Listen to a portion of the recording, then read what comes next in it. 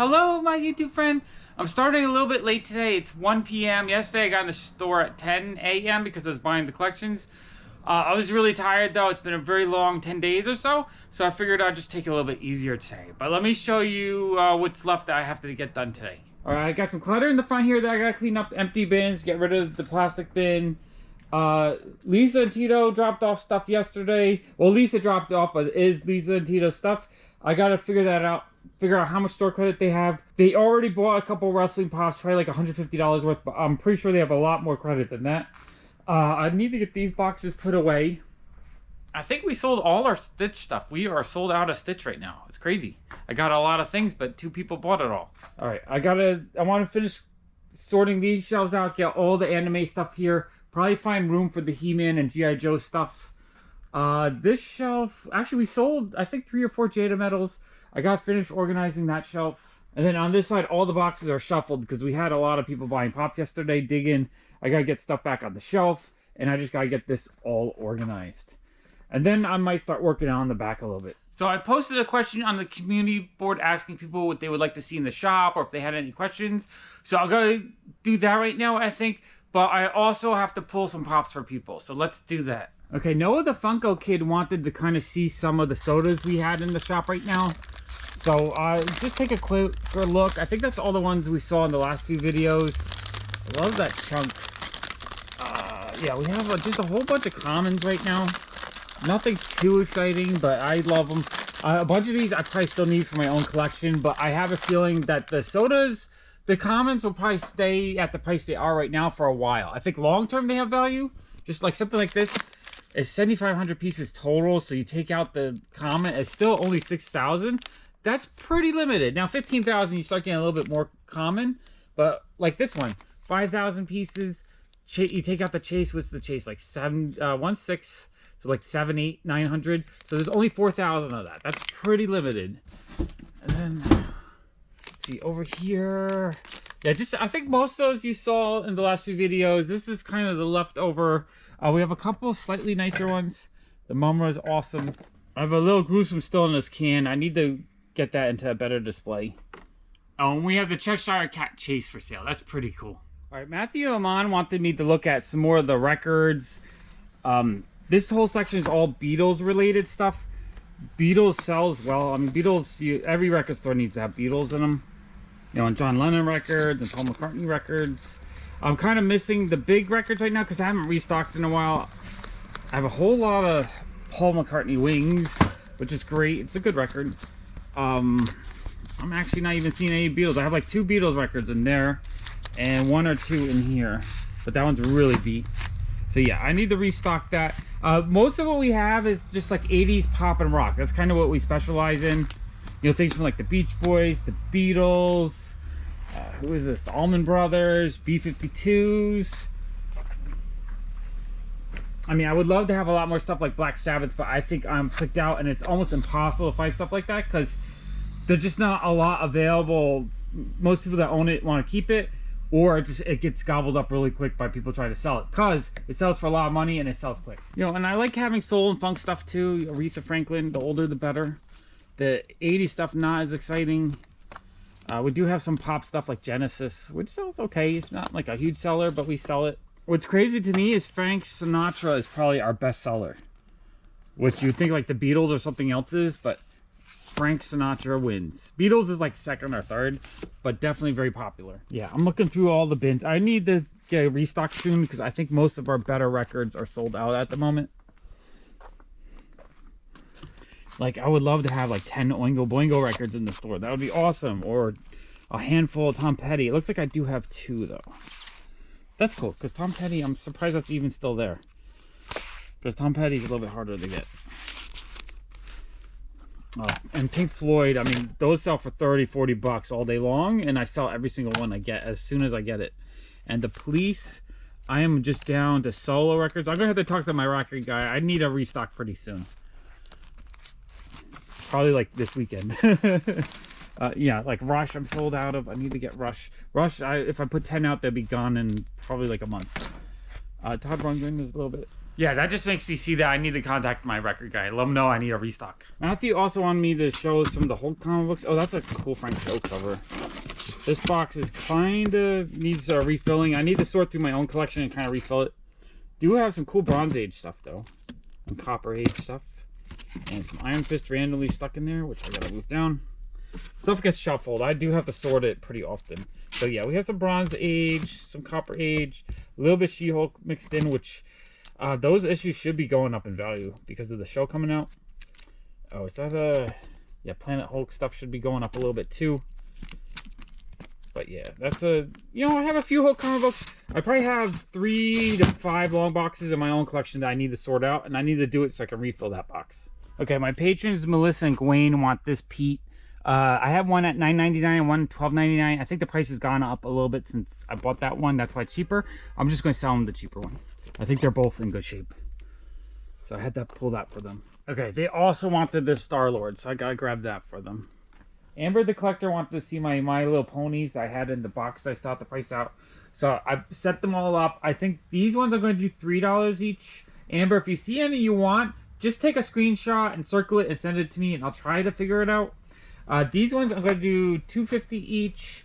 These two are $4. The little subject is $5. She's $5. The mask I'm probably going to do $4 each, and then the little playset fits probably $4 each.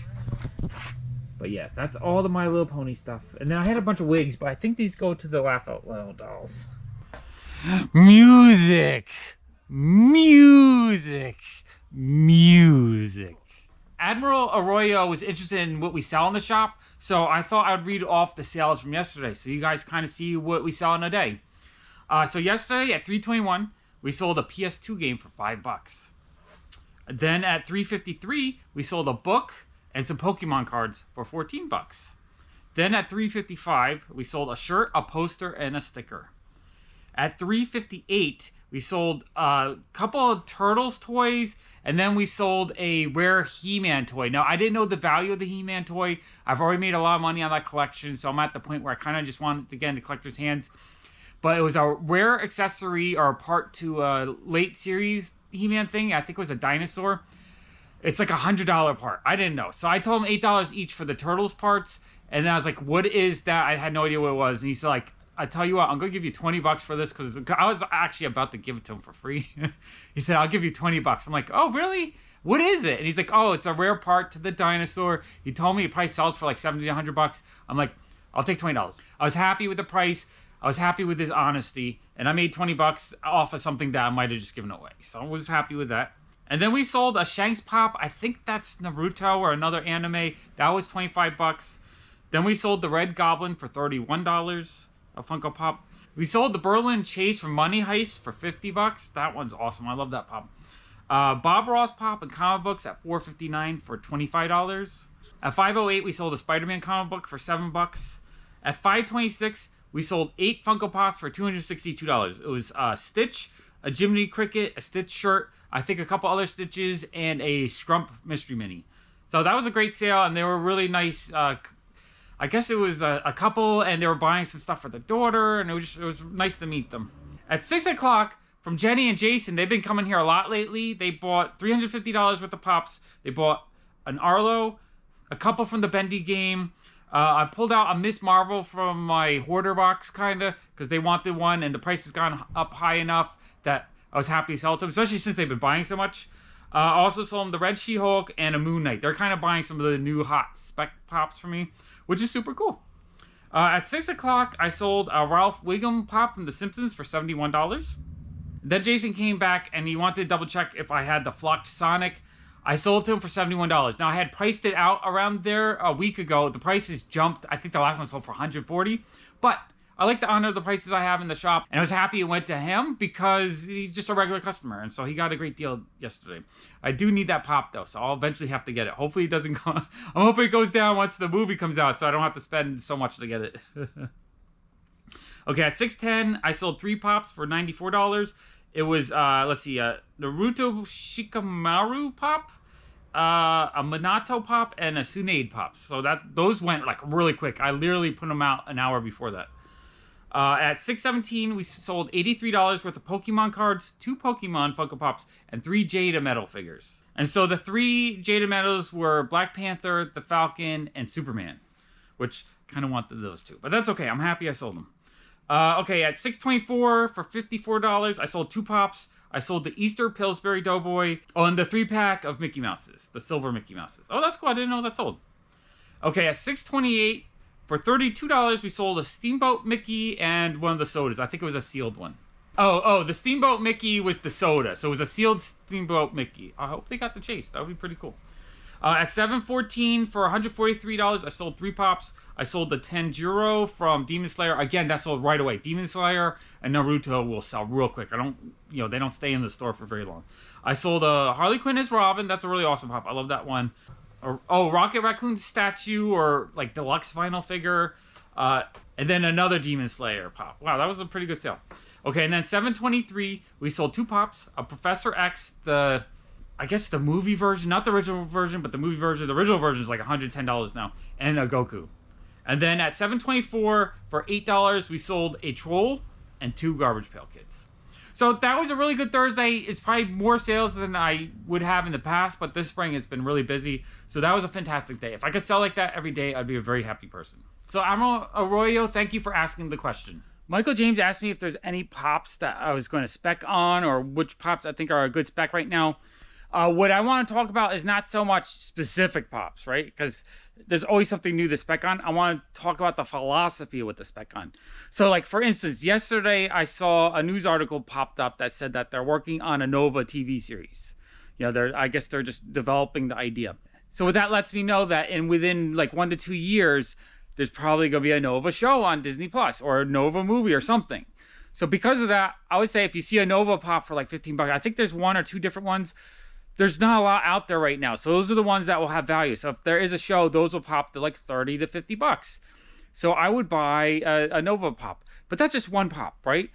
So my advice is if you want to spec on future pops, look for upcoming shows or, if they announce that maybe there's going to be a show coming out and those pops haven't jumped yet, grab a couple, right? You could spec on that because there's a good chance if the show comes out or the trailer comes out, the price will jump. It seems before WandaVision, prices didn't really jump, but since WandaVision, it seems like every price jumps on pops before the show comes out.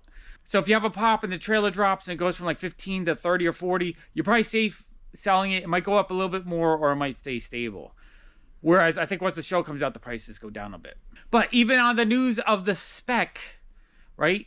Even on the news of the spec probably will jump the prices a little bit. What you need to do is sniff out characters or pops of characters or things that are cool that don't have any pop culture hype right now. Like Gambit. People love Gambit, or at least the comic people love Gambit. He's a very interesting character. The 90s X-Men cartoon is really popular. His first appearance comic's worth a lot. His pops, I think there's 2 or 3, maybe just 2. So I have 1, 2. I just have them for sale. I should probably keep them for spec reasons. But as soon as they say that there's going to be a Gambit movie show or there's an X-Men movie coming out with Gambit in it, this very much could be a $30 to $50 pop. I'm not saying the spec on it. I'm not specking on him. I like Gambit, but I don't like him as much as Miss Marvel. That's why I kept Miss Marvel. But people aren't buying them right now, so you could probably get them for original retail. Original retail is $15. I have it for original retail. This is the kind of thing that if you buy 10, maybe 20, and you just put them away for a year or 2, there's a good chance you'll triple your money on that. Look for anniversaries of things. When things become 20 years old, they start getting like kind of popular again for the most part, especially if kids grew up with it. So if you see a pop of a character that was popular like 15, 20 years ago, but hasn't really popped in value yet, that's a good chance to be a pop that will have value in the next 5 years. Just as the nostalgia wave kicks in, they start re-releasing things or releasing new content. That's the kind of thing that will pop off. Just like The Matrix popped off. Matrix came out in 99. It's now 23 years old. They made a new movie based on the nostalgia of it. And all the values of things really popped on that. The spec advice I like to give to a lot of people very often is very pop related. And it's a trend I've seen. It's something I would do more if I had more room. It's look for pops on clearance. The reason why I say look on pops on clearance is Funko, if something is hot and popular and everyone's buying it, they reprint it to death, right? The initial batch used to be they would do like 5,000 pops. I think now they do maybe 10,000 pops. Then if it doesn't sell and it goes to clearance, they don't print it again. And then they vault it. there's a very high chance that if you see a pop on clearance and they don't reprint it, it's going to go up in value. I saw that happen to Friends. I saw that happen with the original line of X-Men Pops. Howard the Duck was everywhere on clearance for $5. Then they vaulted him like a month after he went to like $30. In one case, I did it. This pop right here, this pop was so hot when it came out. It immediately became a grail. It went to $110, $120, maybe even $150. Everyone wanted this pop. The thing with Hot Topic is they reprint like crazy. Never pay a lot for a Hot Topic pop because there's a very high likely chance that they're going to reprint it. So when this was $120, $150, I knew I didn't want to pay that because it had already gained its value. I don't buy stuff that's already expensive, right? I like to buy stuff that has a lot of potential. And when you buy a pop on, let's say you buy a pop on clearance for $7, your downward risk is nothing. So what I did was I went on Amazon. I loved My Hero Academia. And since this one went to $110, I thought I don't want to miss out on anything else because I don't want to pay $110. And Tenya was not selling. No one cared about Tenya. He was on sale, $7.99. I ordered him with my Prime free shipping, so I paid $8 for Tenya. Now this one they reprinted to death, and he's worth $20 now, right? The Tenya is over $100, and he's vaulted and he's rare because they didn't reprint him. So to sum it up, I don't say go and buy every clearance pop you see because it's not everyone that's going to jump in value.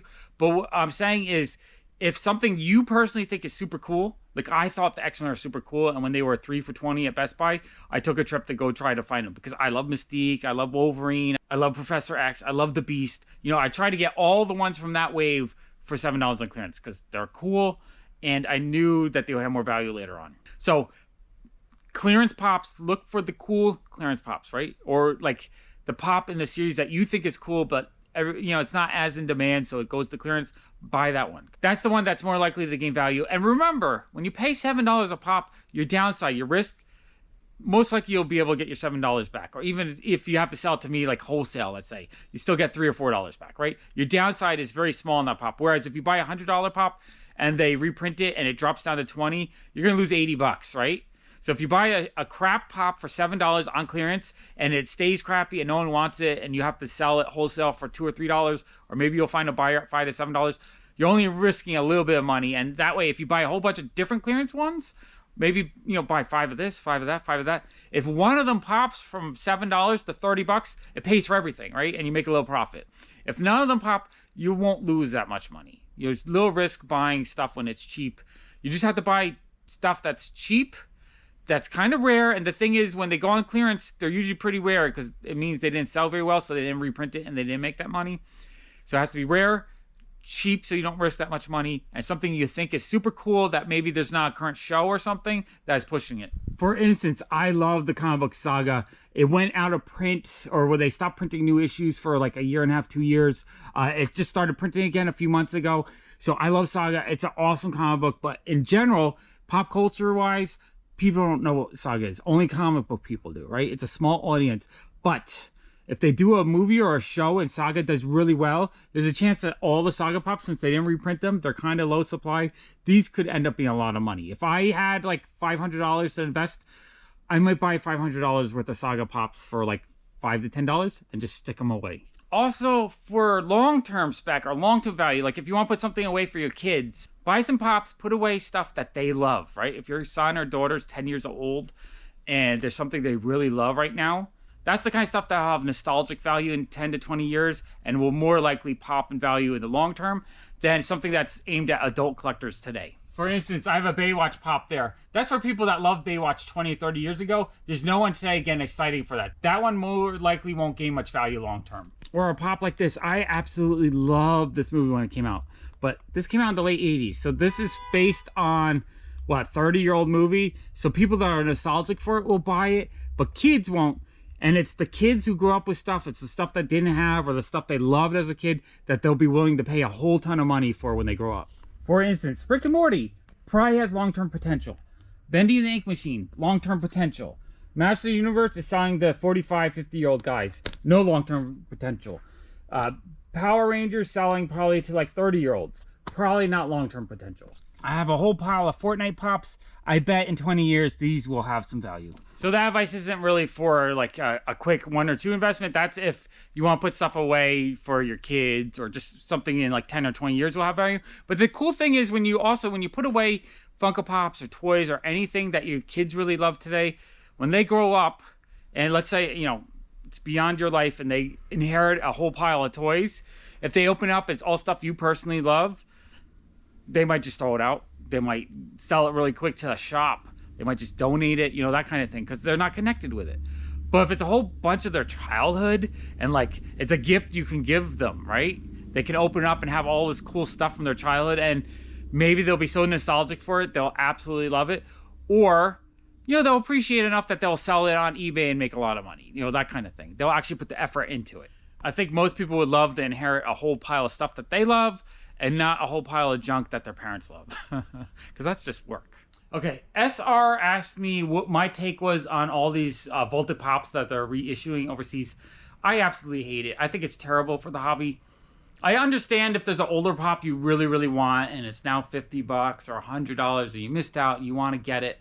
A lot of people come into the hobby and then they get burnt out. They just buy a lot and they burn out. And when you do things like, if someone comes in the hobby and they see an old pop they really want for $50, and then Funko's like, you know what, everyone's got to have it. It's no longer special. It's $10 in Europe or $10 in Australia.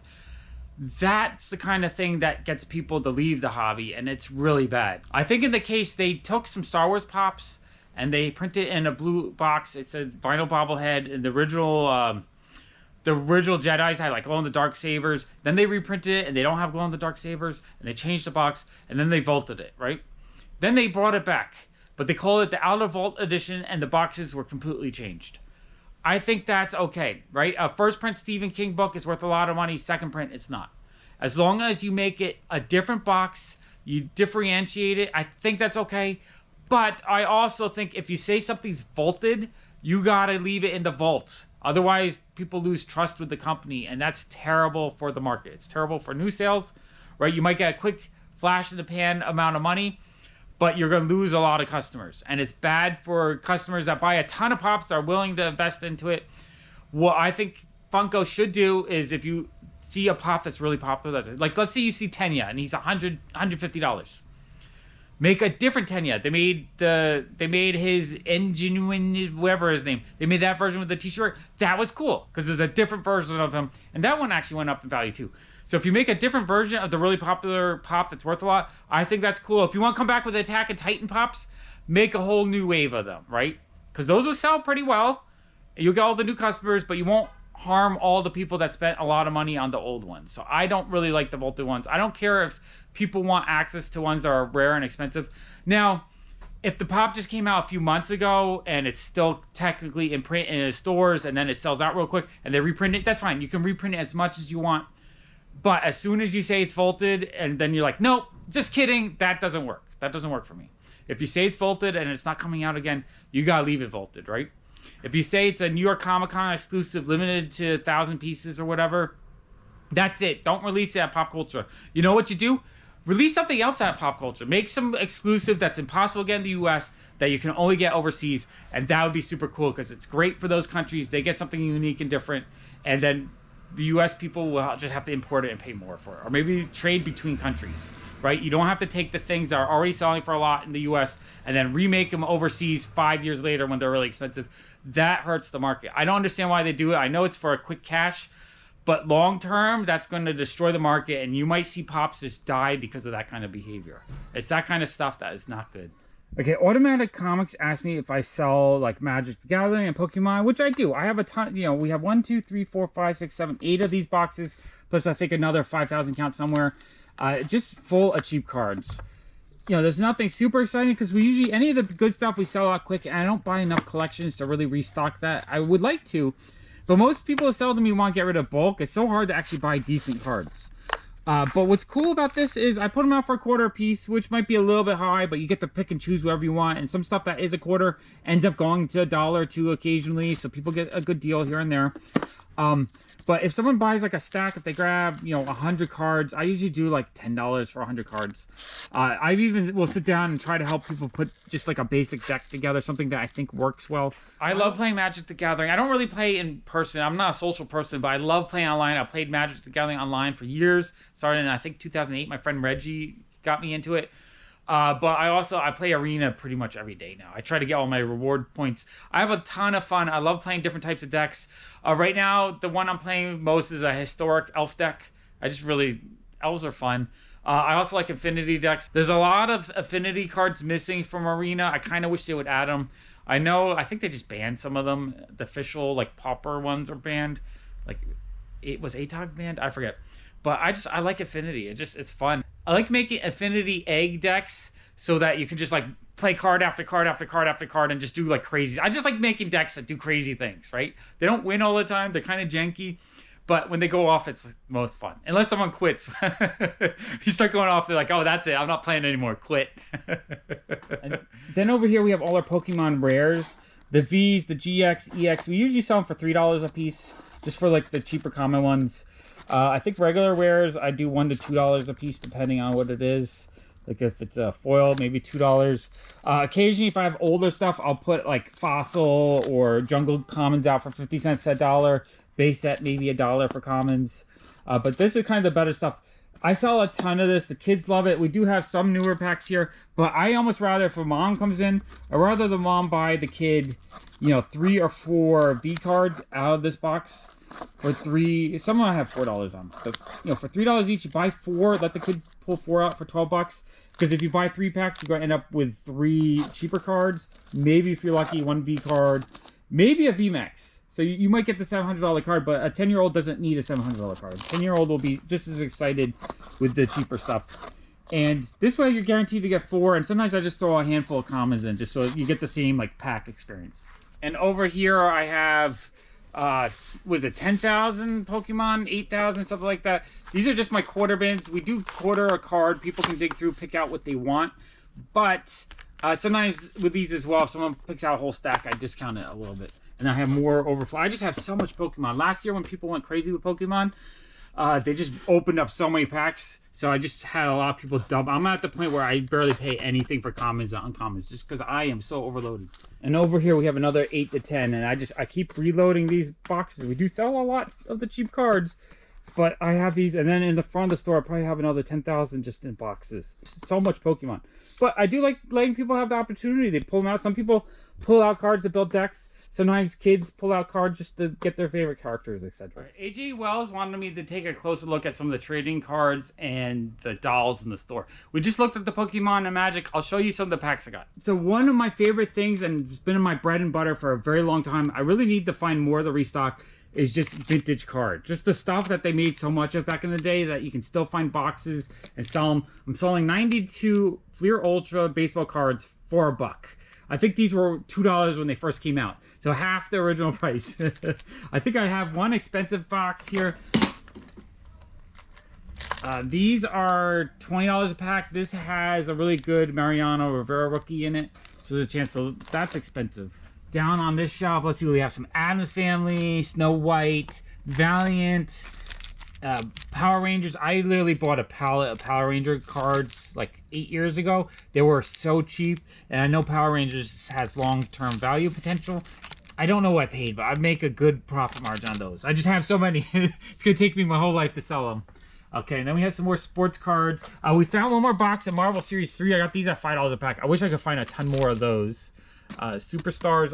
Yellow MTV Wraps I used to sell like crazy. I can't find them anymore. Cosmic cards. Those are cool. More sports. Rad Dudes sell really well for me, even though they're not like that collectible because you can find them pretty easily. These are dusty. Harley Davidson is super dusty, so I'm not selling those. I'm gonna have to dust this shelf. It looks very dusty. And then let's see. Okay, and then here we just have some Magic the Gathering, some Pokemon. I don't have the newest sets because I buy them when I can find them for a good price. I don't really go on my way to get a lot of the new stuff because the margins are very slim on those. Okay, we have more cards here. Oh, we have magical G.I. Joe packs. It's almost as good as first edition Pokemon packs. Okay, let's see what we got. We got some cool Wolverine cards. I like those. Those are neat. These, I think, have like holofoil cards, 1 in 20 packs or something like that.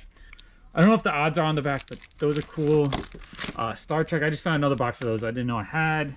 And just more baseball stuff. Okay, that just reminds me that I'm also out of cards. I'm almost out of the better records and I'm out of cards. I'm gonna have to try to restock both of those pretty soon. Okay, and then this is just one of the loose doll shelves. We have a whole bunch of these Laugh Out Loud minis, which we sell probably like 10 a week maybe. I sell them for $4, which is a pretty good price, right? Because you can get the blind balls or whatever that have them in it. They're $10, $12. So it's a little bit cheaper than buying them in there. And then we have just a pile of dolls right here, which if they have an outfit, we do like $5 each. If they're like this, where they're incomplete, we do $4. And, you know, some sell really well and some stick around. A lot of them sell to people that want to do projects. Like they're working on something and need some doll heads or some doll parts. You know, she has her top and her pants, so $5. This is a vintage knockoff, I think. It's kind of interesting. You know, so something, you know, she has a dress and her boots. That one would be $5. So that's really cool. Someone just, you know, if a kid comes in and they have just a few bucks, they can get that. And then we have a bunch of semi, I don't know if they're old enough to be vintage. Some are vintage. I think this one is early 2000s, 2009. So it's not that vintage, but $14. New dolls are what, 20 to 40 now? So I kind of like having the older ones sometimes just because they're a little bit cheaper. And sometimes I just like having the older stuff just for someone who grew up with it that might want a vintage one, or get their daughter or son a vintage one. This one is, I don't know the date on that, but I think that one's mid-90s. So that stuff, if you have any really cool Barbie dolls, especially early 2000s ones like my scene or like Bratz dolls, that stuff in the box, mint in the package, that's the stuff I'm actually looking for right now to have in the shop. And then that's our last pull-up doll in the shop. I have $100 on her. She's been open, but she's complete. Cool. She's a beautiful pull-up doll. I do love pull-up dolls. Our margins are very slim. We make like $30 on them when we buy them and sell them new. So I'm paying like $140 to sell for $170. So I just don't do it as much as I used to. Ringing phone. Ringing phone. I would like to restock pull-up dolls again, but the margins are very slim. We make maybe like $20-30 a piece when we get them. Pay $140 to sell them for $160. So it kind of ties up fun. So if the YouTube channel does grow, I would like to restock just because I'd be willing to tie up a few more dollars. Whereas Pops, I break even within 2 weeks usually. If I buy like a $10,000 collection, it goes really quick to get my money back. So that I don't mind. The break even point is how I judge how much I want to buy in the shop. If I can break even pretty quick, I'll buy as much of that as I can. Oh yeah, and Garbage Pail Kids, I cannot keep these in stock. These are all newer ones. And I think I had 2 tins full last year. So I've sold like 400 or 500 at 50 cents each. You know, and we have occasionally like a cool Yankees baseball card. This is from 61, I think it came out. So that's vintage.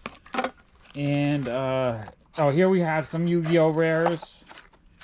So that's cool. Not so much Yu-Gi-Oh! I need to restock this as well. I'm kind of low on a lot of stuff. And, yeah, there's a little bit of magic in here. Yeah, just looking through. There's, like, some $8 cards and $5 cards. Just some vintage stuff. Nothing too exciting.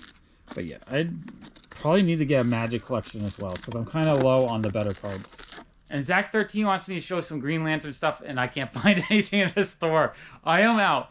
But hopefully I get some before the show comes out. Because I'm really excited for that. This is James. He cracked me up the other day because he was in my time-lapse video and he had the highlights. So I'm going to stick him in this video. I'm buying all his Pops today. Yeah, James is awesome. Thanks. I really appreciate it. And Timothy's back. All right. I got through Lisa and Tito's stuff. Lots of cool things. We have the Panther. Really want that. Couple Ghostbusters. 3 Alice in Wonderland figures. And then we got a bunch of Pops here. Super cool ones. That one I'm going to end up keeping. Really like that Woody. That's super cool. I was going to keep her too, but I have her already, so that's okay. The Queen of Hearts I'm going to keep. What else is here? I got Scottie Pippen's cool. So also going to keep that one, but I do have it. I am keeping the Cyborg Coyote because that one's cool. Love that one. And I'm keeping that Cheshire Cat. Love the Alice in Wonderland ones. I was going to keep that one, but I have already, and it's damaged, so that's okay. And then we have some sodas. Hermes, that one's really cool. That one I'm going to keep because it's a lower print number. That one, I'll sell that one for now. And then I love these two, but because they're bigger, I think the prices will be kind of stable. So those ones I'm going to just sell for now. I do really want those two. So yeah, lots of really cool stuff there. It's been a super busy day and I'm a little bit tired, so we're going to cut it short here. Thank you so much for watching. Bye!